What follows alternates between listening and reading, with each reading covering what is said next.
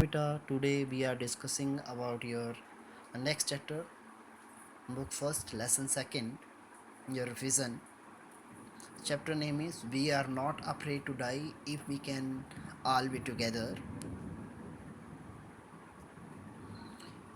In this chapter, the narrator and his wife plan a voyage around the world just like famous Captain James Cook. They have been preparing and perfecting their seafaring skills for the past 60 years. They get a ship which is 23-meter long and weigh 30 tons wooden hull named Wave Walker. What is the name of the ship? Wave Walker.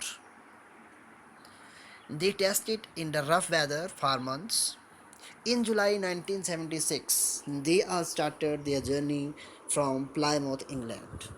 Where they start their journey? Plymouth, England. They sail from Africa, Cape Town,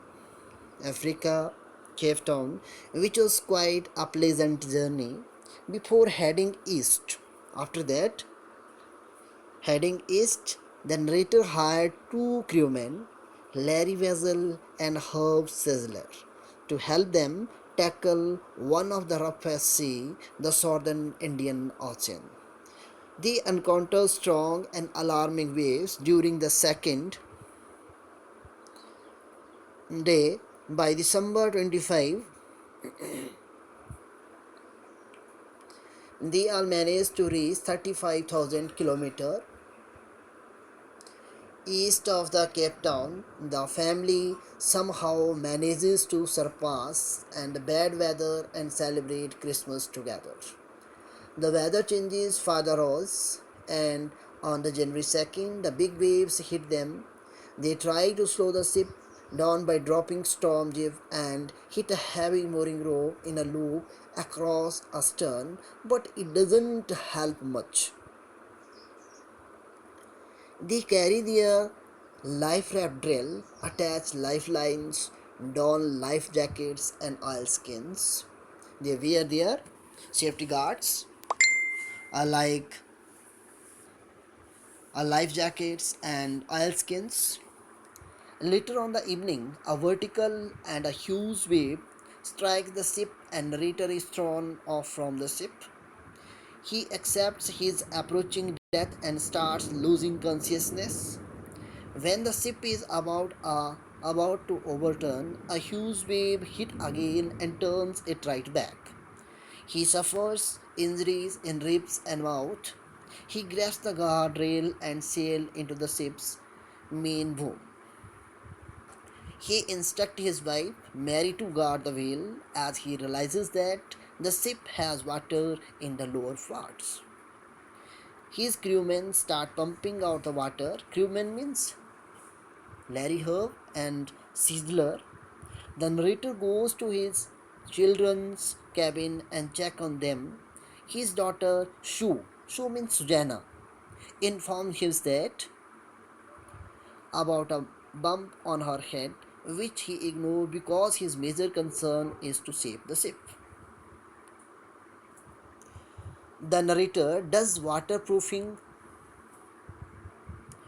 on the gaping holes. This makes water to deviate on the right hand.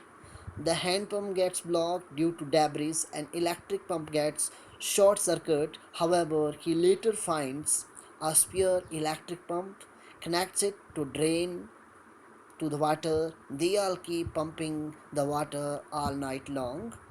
Their midday calls are not answered as they are in the remotest corner of the world.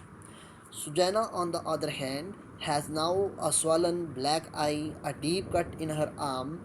On being asked by her father about her injuries, she tells him she didn't want him to worry as he was trying to save them. After 15 hours, the situation gets under control. The narrator decides to work in a rotation and rest, and the water level are controlled, but the leaks were still there below the water line. The ship is in bad shape now, and it is not in a condition to reach Australia. and so they decide to reach the nearest island, Il Amostum, a French scientific base. As their spotting engines were also damaged, the chances of the ship to reach the destinations are low. After pumping the water out continuous for 36 hours, they took a sigh of relief. Only a few centimeters of water was left to be pumped out of the boat, and they hoisted the storm jib as the mainmast was destroyed. They ate their first meal in 2 days. Some corn, beef, and crackers they eat. The weather soon started changing, and again the black clouds took over. By morning of January 5, his son Jonathan told him that he didn't fear death as long as they were all together. This filled him with determination to fight the sea. The struggle continued, and the narrator tried his best to protect the weakened starboard side. And the same evening, the narrator and his wife sat together holding hands, thinking that their end was near. His children continuously supporting him, which gave him moral support to keep going.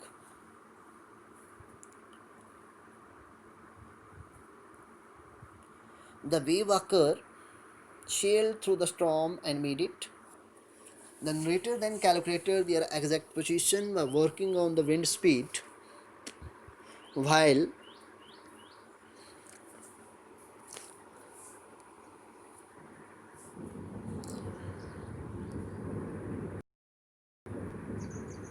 the narrator then calculated their exact position by working on the wind speed while he was brainstorming.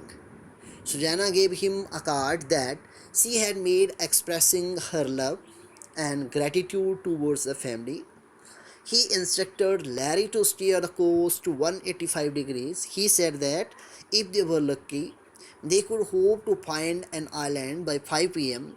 He dozed off and suddenly got up around 6 p.m.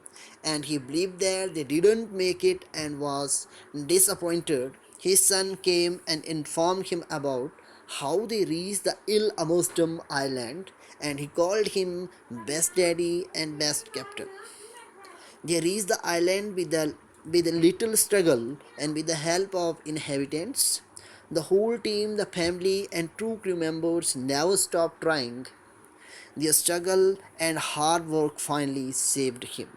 Okay, this is your revision lecture, your second lecture, book second. Okay, thank you. Have a nice day.